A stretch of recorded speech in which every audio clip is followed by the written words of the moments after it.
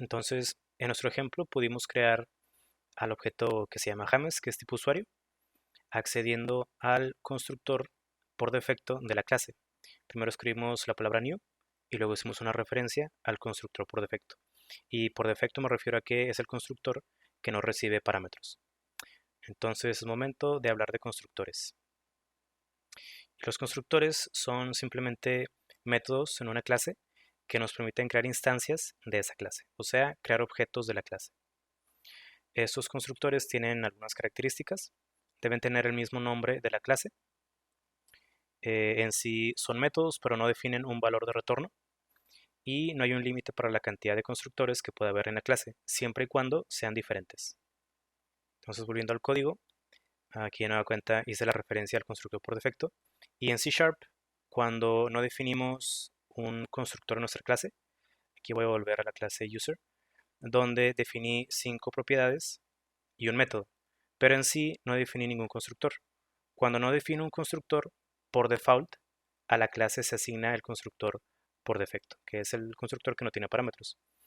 Pero también pude haberlo declarado como quiera. Aquí puedo haber puesto public, luego el nombre de mi clase y cierro em, el método constructor. Y de esta forma defino al constructor por defecto de esta clase. Y una vez que defino ese constructor, puedo, por ejemplo, hacer lo siguiente. Puedo referenciar a una propiedad, por ejemplo, balance, y voy a hacer que por default cada objeto que se crea usando el constructor por defecto tenga un balance de 1000. ¿Ok? Entonces, cuando haga la llamada a este constructor, por ejemplo, aquí en el objeto James, puedo incluso quitar esta llamada para asignar de forma manual al atributo y simplemente haciendo la referencia al constructor voy a asignar el balance de ese objeto en particular a que tenga un valor de 1000. ¿Ok? Entonces, si ejecuto la aplicación, ahora con este cambio debo tener la misma cantidad para el saldo. ¿Ok? El mensaje tengo el mismo que el anterior, saldo es igual a 1000.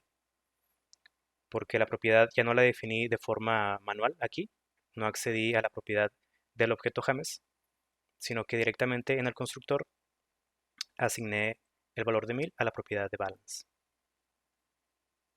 Así que ahora ya que tengo a ese constructor voy a definir otro, pero ahora uno que reciba parámetros. Entonces voy a escribir otra vez public, luego user, y ahora en los parámetros voy a querer recibir, por ejemplo, a los 5 atributos, más bien 5 valores para asignarlos a los 5 atributos de la clase. Entonces voy a poner int id, luego string name, luego tengo el email, el balance, string email, decimal, uh, balance y un tipo datetime para la fecha de registro. Aunque de hecho esta la puedo quitar, ¿ok? Para esa propiedad asignarla directamente sin pedírsela al usuario. Entonces puedo hacer la referencia a la clase con la palabra this y el atributo id le asigno el parámetro id. ¿Ok? Aquí este id es el parámetro y este id con la referencia a this es el atributo id de mi clase. Hago lo mismo para los demás. This.name es igual al parámetro name. This.email es igual al parámetro email. This.balance igual al parámetro balance. Y voy a hacer que this.registerDate sea la fecha actual cuando el usuario manda a llamar a este constructor. De manera que ahora tengo dos constructores en mi clase. Uno que sería el constructor por defecto, que no recibe parámetros y que asigna solamente a una propiedad.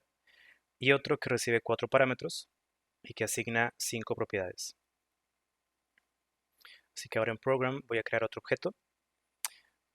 Aquí voy a poner, tal vez después de esta llamada, voy a hacer user. Ahora uno que se llame, por ejemplo, Pedro. Pedro es igual a new user, pero ahora proporcionando algunos parámetros. Entonces digamos que el ID para este va a ser 2. Su nombre va a ser Pedro en mayúscula. Su correo puede ser pedro at hotmail.com. Su balance va a ser de 2500.